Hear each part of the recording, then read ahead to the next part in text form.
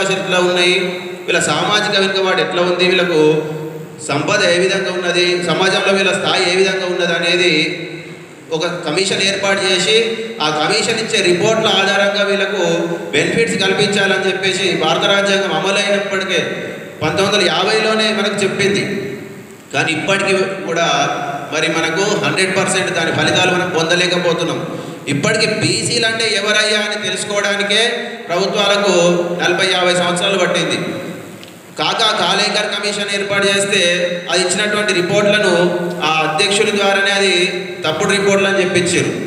మరి తర్వాత వచ్చినటువంటి ఎన్నో కష్ట నష్టాలు కోర్చుకొని వచ్చిన బీపీ మండల్ కమిషన్, బిందేశ్వరి ప్రసాద్ మండల్ ఆధ్వర్యంలో ఏర్పాటైనటువంటి కమిషన్ 2 సంవత్సరాలు దేశం మొత్తం పర్యటించి మరి ఒక రిపోర్ట్ ఇచ్చింది. 41 సిఫార్సులను ఇచ్చింది.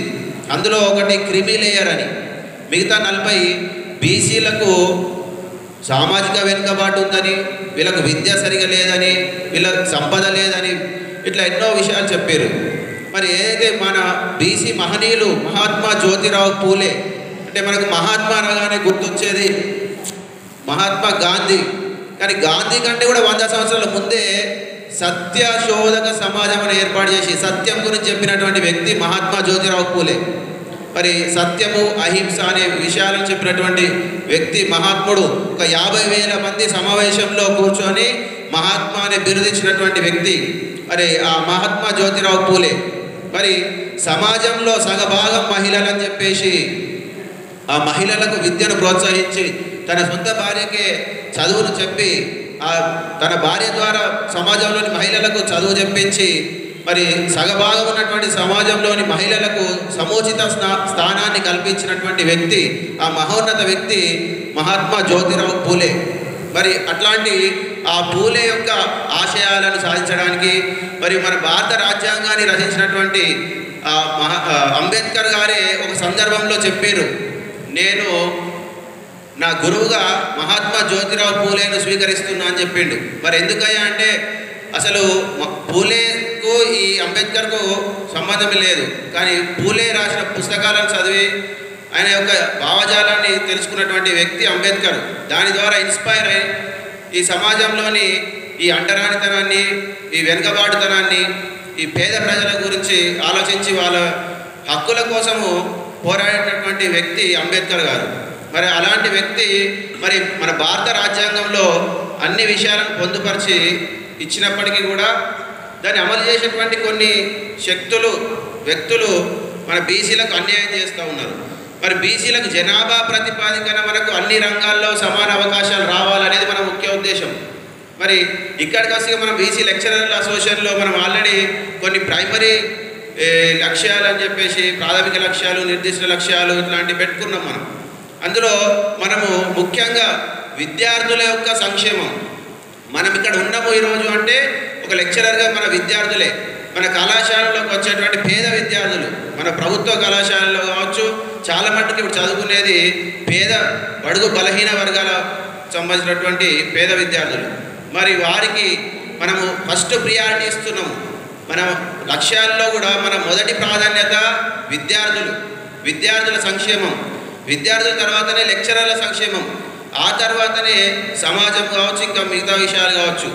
సాధారణంగా మనం చూస్తుంటాం, ఏ సంఘమైనా ఏం చేస్తుందంటే మాకు జీతాలు పెంచమని, డిఏ ఇవ్వమని, ఇంకా ఏదో ప్రమోషన్ ఇవ్వమని, లేదా ఇంకేదో వాళ్ళ స్వార్థానికి కొట్లాడుతుంటారు.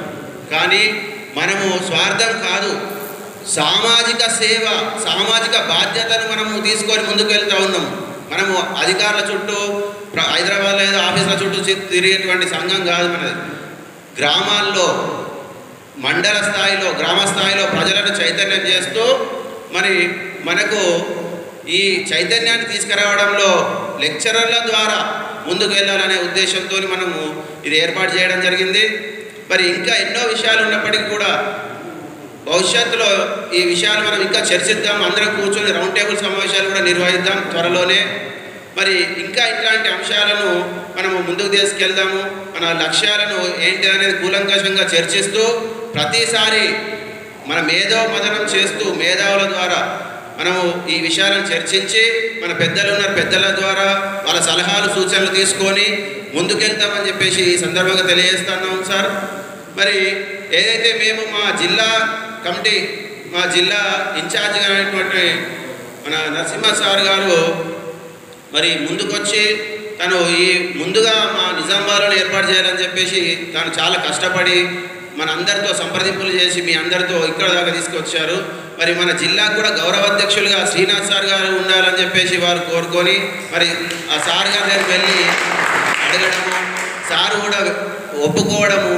అంటే మేము కూడా ఈ బీసీ లెక్చర్ అసోసియేషన్ పెట్టినప్పుడు సార్ ఆర్ కృష్ణయ్య గారిని గౌరవ అధ్యక్షులుగా పెట్టుకోవాలని అనుకున్నాం మేము.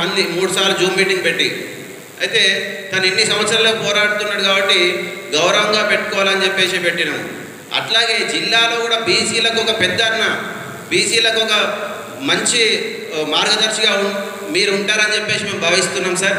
శ్రీనాథ్ సార్ గారి ఆధ్వర్యంలో మరి సార్ యొక్క అండదండలతో వారి యొక్క సలహాలు సూచనలు తీసుకొని ముందుకు వెళ్తామని చెప్పి తెలియజేస్తూ, మరి సమయం ఎక్కువైతుంది కాబట్టి మరి నాకు ఇచ్చిన ఈ అవకాశాన్ని మీ అందరికీ ప్రత్యేక ధన్యవాదాలు తెలియజేస్తూ, మరి రాష్ట్ర వ్యాప్తంగా అన్ని జిల్లాల్లో ఒక చైతన్యం వచ్చింది. మేము దసరా నుంచి స్టార్ట్ చేసినాం, ఇది అండర్ గ్రౌండ్ వర్క్ చేసినాం. ఒక నెల రోజుల నుంచి బయటకు వచ్చింది ఇది డిసెంబర్ 25 నాడు.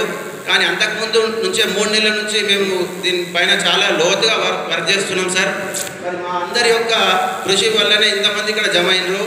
మరి ఇంకా భవిష్యత్తులో కూడా మన బీసీ ఐక్యతను చైతన్యాన్ని చాటడానికి మీ అందరి యొక్క కృషి కావాలి, మీ అందరి యొక్క సహాయ సహకారాలు కావాలని చెప్పి ఈ వేదిక ద్వారా తెలియజేస్తూ, మరి ఈ ఇందూరుకు, ఈ నిజామాబాద్ జిల్లాకు ప్రత్యేక ధన్యవాదాలు తెలియజేస్తూ థ్యాంక్ యూ.